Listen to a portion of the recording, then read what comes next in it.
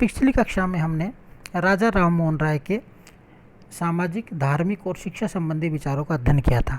इस क्लास में हम राजा राममोहन राय के आर्थिक विचारों के बारे में अध्ययन करेंगे। राय के समय में यूरोप में पूंजीवादी विचारधारा प्रचलित थी, जिसने सामान्यतः व्यक्तिवादी विचारधारा या आर्थिक क्षेत्र में राज्य की अस्थैतिक नीति भी कहा जाता है। इस विचारधारा के दोषों के कारण यूरोप में साम्यवादी या समाजवादी विचारधारा की शुरुआत हो चुकी थी, किंतु राय के आर्थिक चिंतन पर इन आर्थिक विचारधाराओं का कोई स्पष्ट प्रभाव नहीं दिखाई पड़ता है। वे एक सीमा तक जर्मी बेंथम के उपयोगितावादी दर्शन से प्रभावित थे और उन्होंने भारत की आर्थिक आवश्यकताओं के प्रसंग में उपयोगितावादी ढंग से विचार किया।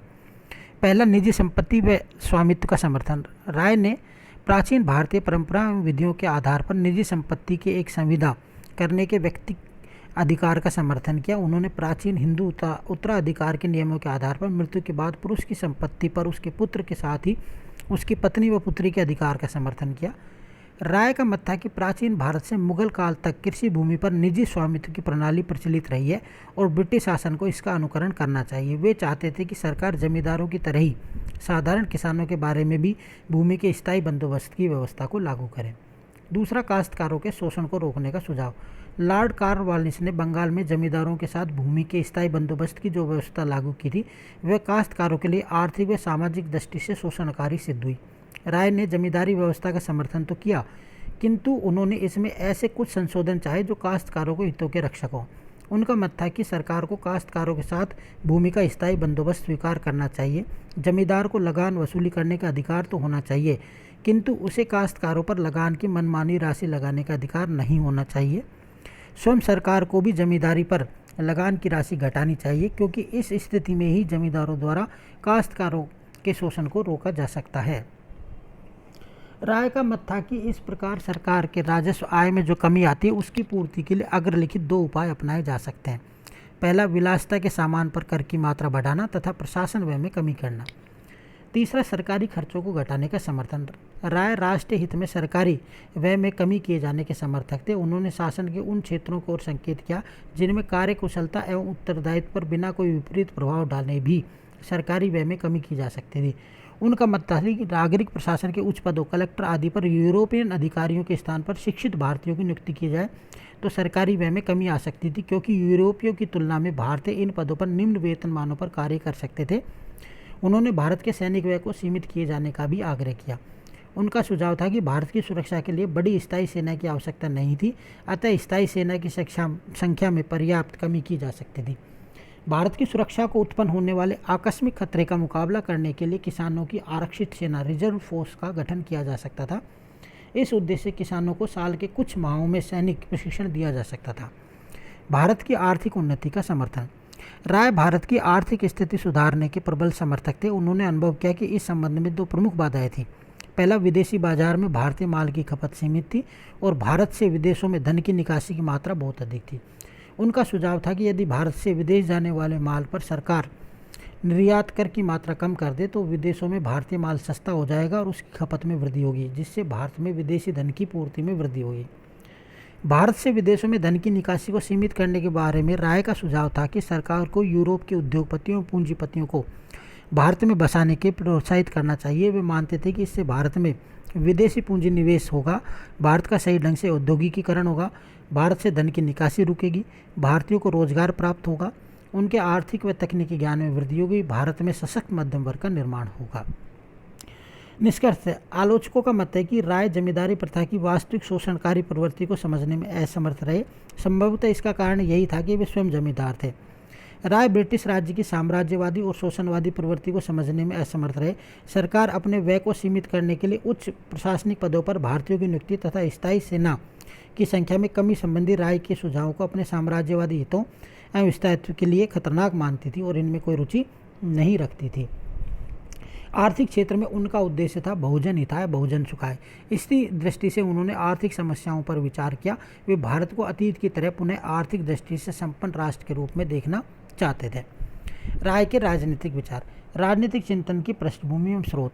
राजा राममोहन राय भारतीय नवजागरण के अग्रदूत थे और इस रूप में वे राष्ट्रीय जीवन के अन्य पक्षों की तरह ही राजनीतिक जीवन में भी भारत के आधुनिक व उत्थान के समर्थक थे।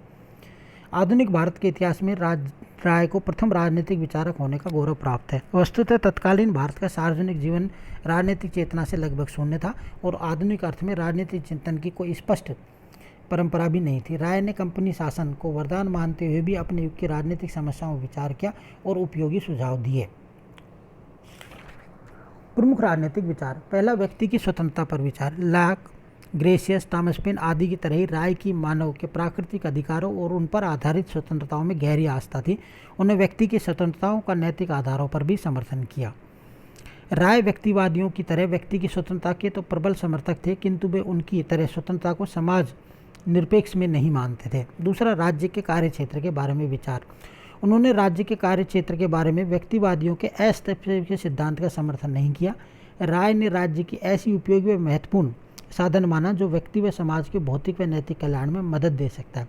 वे व्यक्ति व राज्यों के हितों को परस्पर विरोधी नहीं मानते थे, अपितु वे इन दोनों को परस्पर व अनुपूरक मानते थे। राय का मत था कि राज्य सामाजिक व आर्थिक सुधार, शिक्षा के प्रसार तथा आर्थिक कल्याण के लिए आवश्यक कानून बनाने का अधिकार रखता है, अर्थात राज्य सामाजिक उपयोगिता के आधार पर व्यक्ति व समाज के जीवन में हस्तक्षेप कर सकता है। तीसरा, सभी राष्ट्रों की स्वतंत्रता का समर्थन।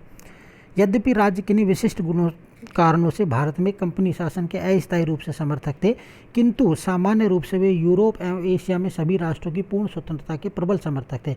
उन्होंने टर्की के साम्राज्यवाद के खिलाफ, यूनान तथा ऑस्ट्रिया के साम्राज्य के खिलाफ नेपल्स के लोगों के स्वतंत्रता आंदोलनों की प्रशंसा की थी। चौथा, निरंकुश शासन का विरोध तथा लोकतांत्रिक व संवैधानिक शासन का समर्थन। राय किसी भी प्रकार के निरंकुश व दमनकारी शासन के विरोधी थे।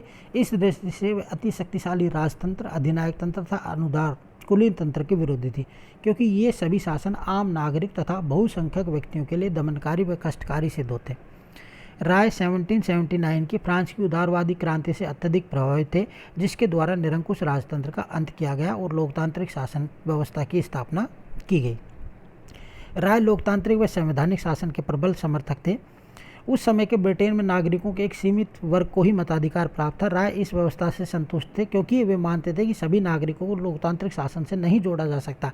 इस प्रकार राय पूर्ण लोकतंत्र के सिद्धांत को स्वीकार नहीं करते, किंतु वे सभी नागरिकों की स्वतंत्रता व कानून के सम्मुख उनकी समानता के प्रबल समर्थक थे। इसके साथ ही राय लोकतंत्र व संवैधानिक शासन के संचालन के लिए शक्ति पृथक्करण सिद्धांत को भी आवश्यक मानते थे। प्रेस व अभिव्यक्ति की स्वतंत्रता का समर्थन। राय अभिव्यक्ति की स्वतंत्रता के एक अंग के रूप में प्रेस की स्वतंत्रता के प्रबल समर्थक थे।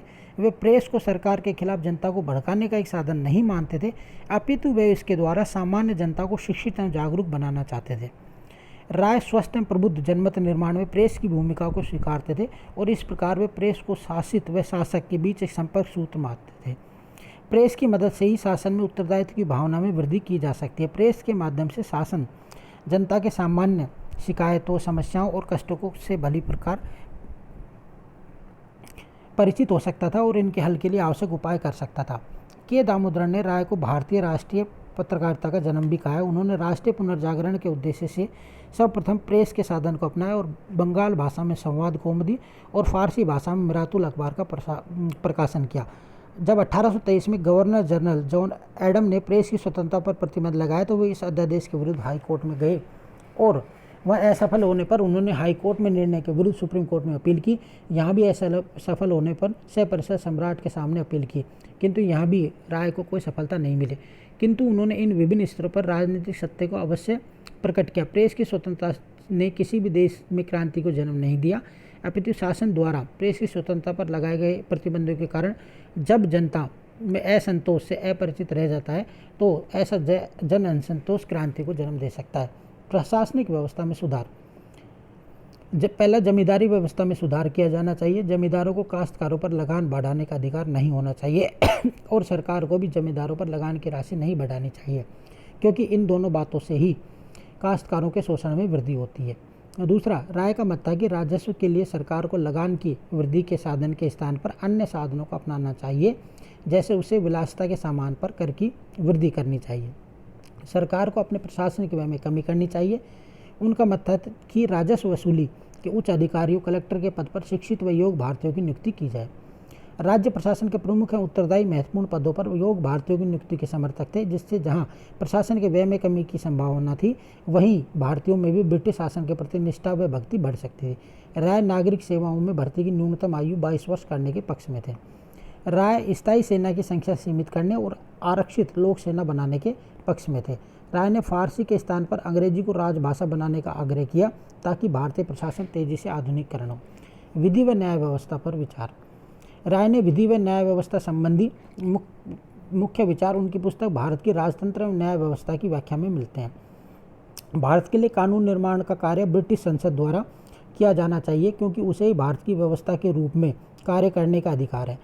भारत स्थित गवर्नर जनरल भारत की कार्यपालिका है, अतः उसे भारत के लिए कानून बनाने का अधिकार नहीं होना चाहिए, अपितु उसे ब्रिटिश संसद द्वारा बनाए गए कानूनों को लागू करने का अधिकार होना चाहिए। कार्यपालिका व न्यायपालिका संबंधी कार्यों का पृथक्करण किया जाना चाहिए, अर्थात किसी एक पदाधिकारी को इन दोनों शक्तियाँ एक साथ प्राप्त नहीं होनी चाहिए। समाज में या राज्य में शक्ति पृथक्करण का सिद्धांत होना चाहिए। राय के अनुसार विधि के दो प्रमुख स्रोत होते हैं। पहला होता है विल ऑफ द पीपल, लोगों की इच्छा, और दूसरा संप्रभु के आदेश। रूढ़ियाँ व आचार प्रथम श्रेणी में आते हैं और राज्य द्वारा निर्मित विधियाँ द्वितीय श्रेणी में। राय ने इन दोनों विधि के द्वितीय स्रोत को पर्याप्त महत्व दिया। राज्य द्वारा निर्मित विधि को विवेकपूर्ण व उपयोगी होना चाहिए। भारत में प्रचलित दीवानी व फौजदारी कानूनों का संहिताकरण किया जाना चाहिए तथा इस बारे में भारतीय नागरिकों से भी परामर्श लिया जाना चाहिए। इसके साथ ही सभी भारतीयों पर फौजदारी कानूनों को समान रूप से लागू किया जाना चाहिए। जूरी व्यवस्था लागू होनी चाहिए, किंतु इसमें निहित जातीय भेदभाव को समाप्त किया जाना चाहिए। यूरोपवासियों पर भी देश के न्यायालयों को क्षेत्राधिकार प्राप्त होना चाहिए। राय का आग्रह था कि न्यायिक कार्य ऐसी सामान्य भाषा में किया जाना चाहिए जिससे न्यायाधीश व सामान्य जनता दोनों ही समझ सके। धर्मनिरपेक्ष दृष्टिकोण की शुरुआत। वर्तमान भारतीय संविधान का एक विशेष लक्षण धर्मनिरपेक्षता है, किंतु भारतीय संदर्भ में इसे प्रारंभिक रूप में प्रस्तुत करने का श्रेय राजा राममोहन राय को जाता है। इस संबंध में प्रमुख बातें निम्न है। उन्होंने धर्म को राजनीति का आधार नहीं माना और धर्म राज्य की धारणा को अस्वीकारा है। उन्होंने धार्मिक सहिष्णुता के सिद्धांत पर बल दिया। उन्होंने धार्मिक कृतियों का विरोध किया और राज्य की कानूनी शक्ति द्वारा इसके अंत के प्रयास को उचित माना। राज्य ने धर्म के आधार पर नागरिकों में किसी प्रकार के भेदभाव को उचित नहीं माना है। यूरोपियों के भारत में बसने का समर्थन। भारत में यूरोपवासियों के स्थायी निवास पर पाबंदी थी। सन 1832 में ब्रिटिश लोक संसद की प्रवर समिति को राय ने सुझाव दिया कि सच्चरित, योग, प्रतिभावान व संपन्न यूरोपवासियों को भारत में निवास की स्वीकृति प्रदान की जानी चाहिए। उनका मत था कि उक्त श्रेणी के यूरोपवासियों के भारत में निवास से भारतीय प्रशासनिक व्यवस्था में सुधार होगा और यह संपत्ति के निकास में कमी आएगी। ब्रिटिश शासन के प्रति राय का झुकाव। राय की गिनती ब्रिटिश शासन के प्रारंभिक एवं प्रमुख प्रशंसकों में की जाती है। वे तत्कालीन ब्रिटिश शासन को मध्य युग के अंधकार में डूबे भारत के लिए ईश्वरीय वरदान मानते थे। उनके ब्रिटिश चरित्र, न्याय, शिक्षा आदि में गहरी आस्था थी और वे मानते थे कि ब्रिटिश संपर्क भारत के बहुपक्षीय उत्थान में सहायक है। इस प्रकार वे भविष्य में भारत के उत्थान के साथ साध्य की पूर्ति के लिए ब्रिटिश शासन को एक उत्तम साधन मानते थे, किंतु इस बारे में विद्वानों में मतभेद है और वे उनका विरोध करते हैं। किंतु अनेक ऐसे प्रमाण मिलते हैं जिससे प्रतीत होता है कि राय पर्याप्त लंबे समय तक भारत में ब्रिटिश शासन को उचित मानते थे। सार्वभौमिक धर्म, मानवतावाद तथा अंतर्राष्ट्रीयवाद का समर्थक। राय ने ईश्वर की एकात्मवादी व नैतिक अवधारणा के आधार पर यह मत प्रकट किया है कि मानव मात्र में एक आध्यात्मिक एकता मौजूद है और नैतिक दृष्टि से सभी का मूल धर्म एक ही है। सभी राष्ट्रों के निवासी एक ईश्वर की संतान हो। इस प्रकार सभी राष्ट्र एवं समुदाय एक ही विश्व परिवार की शाखाएं व उपशाखाएं हैं। निष्कर्षतः यह सत्य है कि राय स्वराज्य के अग्रदूत नहीं थे, वस्तुतः पुनर्जागरण के अग्रदूत थे। उन्हें अनेक बार राष्ट्रीय पत्रकारिता का जनक भी कहा जाता है। राजनीतिक क्षेत्र में राय का महत्व इस तथ्य में निहित है कि उन्होंने भारत को आधुनिक अर्थ में एक राष्ट्र मानते हुए अपना राजनीतिक चिंतन प्रस्तुत किया, जबकि तत्कालीन भारत में राजपूत, मराठा, सिख, पठान, तुर्क, मुगल आदि एक दूसरे पर अपनी राजनीतिक श्रेष्ठता की स्थापना की कामना रखते थे और ब्रिटिश शक्ति अपने प्रसार के लिए प्रयत्नशील थी और भारत के राष्ट्र होने की कल्पना का परिहास उड़ाती थी। इस दृष्टि से राय की गणना आधुनिक भारत के राष्ट्रीय नेताओं की प्रथम पीढ़ी के महापुरुषों में की जा सकती है। उन्होंने राष्ट्रीय चेतना से शून्य भारत में राजनीतिक जागरण के उस प्रारंभिक दौर की शुरुआत की जो उनके ध्येयावसान के अर्ध शताब्दीवादी उदारवादी राष्ट्रीय आंदोलन के रूप में प्रकट हुआ। इस दृष्टि से उन्हें भारत के संवैधानिक आंदोलन का जनक भी कहा जाता है। Thank you.